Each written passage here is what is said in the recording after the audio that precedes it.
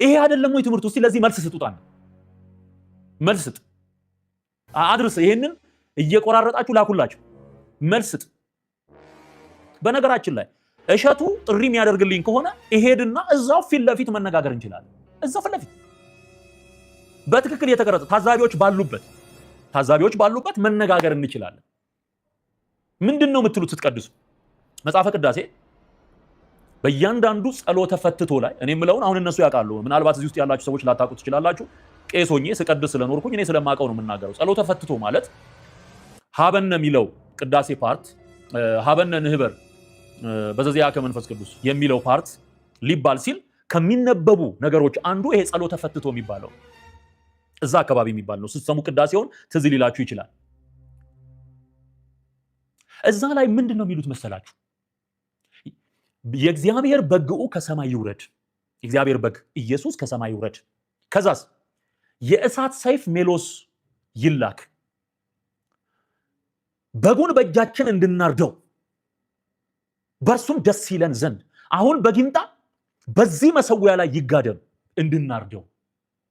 እለጥፈዋለሁ እንትኑ ላይ። ከዚህም በፊት አስተምሬዋለሁ በተደጋጋሚ ተናግሬያለሁ።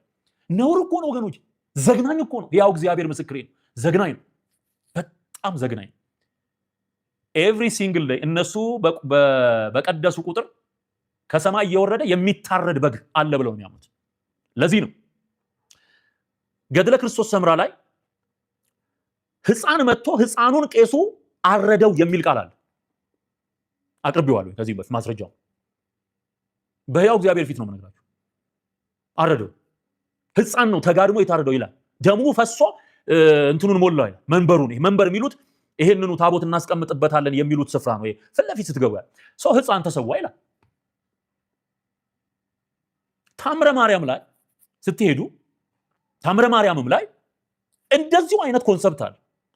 አንዱ ታምር ላይ ምን ይላል? ተሰዋ ማነው እንትኑን ማነው ዳቦውን ሲቆርሰው ይላል ታምረ ማርያም። ዳቦውን ሲቆርሰው ደም ወጣ ይላል። ደሙ ጎረፈና እንዳለ መንበሩን ሸፈነው ይላል። ሌላ ጊዜ ደግሞ በግ ተሰዋ ይላል። ዋዳዚት ምን እያለህ ነው? ምን እያሉሽ ነው? ምን እያሉህ ነው? ቄሶች፣ ዲያቆና ምን እየሰራችሁ? እኔ እግዚአብሔር አብርቶልኝ እኮ ነው ወንድሜ ተገላግዬ የወጣሁት። ጌታ ምስክሬ ነው። በጌታ በኢየሱስ ስም አንተ እንዴት አይነት ዘግናኝ እንደሆነ ልነግርህ አልችልም። አይን ካልበራ በስተቀር you cannot understand። ጨለማ ይሄ አይደለም ወይ ትምህርቱ? እስቲ ለዚህ መልስ ስጡታና መልስ ስጥ፣ አድርስ። ይሄንን እየቆራረጣችሁ ላኩላችሁ። መልስ ስጥ። እያንዳንዱን ከነገጹ እኔ ፖስት አደርገዋለሁ። ደግሞ ፌስቡክ ላይ ዩቲዩብም ላይ ፖስት አደርግላችኋለሁ። በጣም ዘግናኝ ነገር ነው። ኦኬ። ስለዚህ ሕፃንም በግም በግ ይጠራል። ሕፃን ታረደ ይልሃል፣ ደም ፈሰሰ ይልሃል፣ ዳቦ ሲቆረስ ደም ወጣ ይልሃል። ከዛ ደግሞ እንደውም ወስዶ ንብ ማነቢያ ያደረገ ይላል ታምረ ማርያም። ያን ቁርባን ወስዶ አንድ ጠንቋይ ይሄንን ቁርባን ውሰድና ይሄን የጌታ ስጋና ደም ይሉት ነው እንግዲህ በኦርቶዶክስ ትምህርት ውስጥ እሱን ቁርባኑን ዳቦውን ውሰድና ንብ አርቢ ነው ሰውየው፣ ገበሬ ነው እና እዛ ማነቢያ ሳጥን ውስጥ ይሄንን አስቀምጥ፣ ከዛ በኋላ በቃ ሀብታም ትሆናለህ አለ። ጠንቋይ፣ ሴት ጠንቋይ ናት የነገረችው። አቅርቤዋለሁ ይሄን። እዛ ያንን ሰውየው ይጎርስና ያ ገበሬ ከአፉ ያወጣውና ደግሞ ማነቢያ ወስዶ ማነቢያ። እንዲህ የምትቀልዱበትን ነው መስዋዕት የምትሉት እናንተ። ኢየሱስ የማይጨመርበት መስዋዕት አንዴ የተሰዋ አንዴ። ሊስን ስማ፣ አንተ የምትቆርሰው መስዋዕት የለም፣ አንተ የምታርደው በግ የለም። this is a new testament era። ያ ዘመን አልፏል። ብሉይ ኪዳን አልፏል። የበጎችና የኮርማዎች የወይፈኖች ደም የፈሰሰበት ዘመን አልፏል። አሁን ከብሉይ ኪዳን አንደርስታንዲንግ ወጥተህ ወደ አዲስ ኪዳን እውነት መምጣት አለበት። ወደ አዲስ ኪዳን ስትመጣ ደግሞ መስዋዕት የሚባለው ነገር በክርስቶስ ላይ ሌላ የምትደርበው ምንም የለም። እሱ ደግሞ አንዴ ራሱን ለአብ ያቀረበ መስዋዕት ነው መጽሐፍ ቅዱስ እንደሚናገር።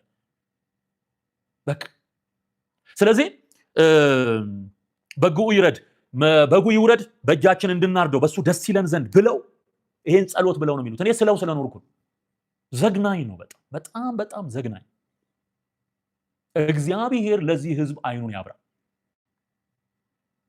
ስለዚህ ምን ሆነዋል ማለት ነው? ሰዎቹ ተቀላቅሎባቸዋል። ስለዚህ ኢየሱስ በማቴዎስ ወንጌል ምዕራፍ 5 ላይ የማቴዎስ ወንጌል ምዕራፍ 23 ላይ ስለ መሰዊያ ሲናገር የሚናገረው አልተር ነው። ስለ አልተር ነው፣ ስለ መሰዊያ ነው። ደም የሚፈስበት የሚቃጠል መስዋዕት የሚቀርብበት ከብሮንዝ የተሰራ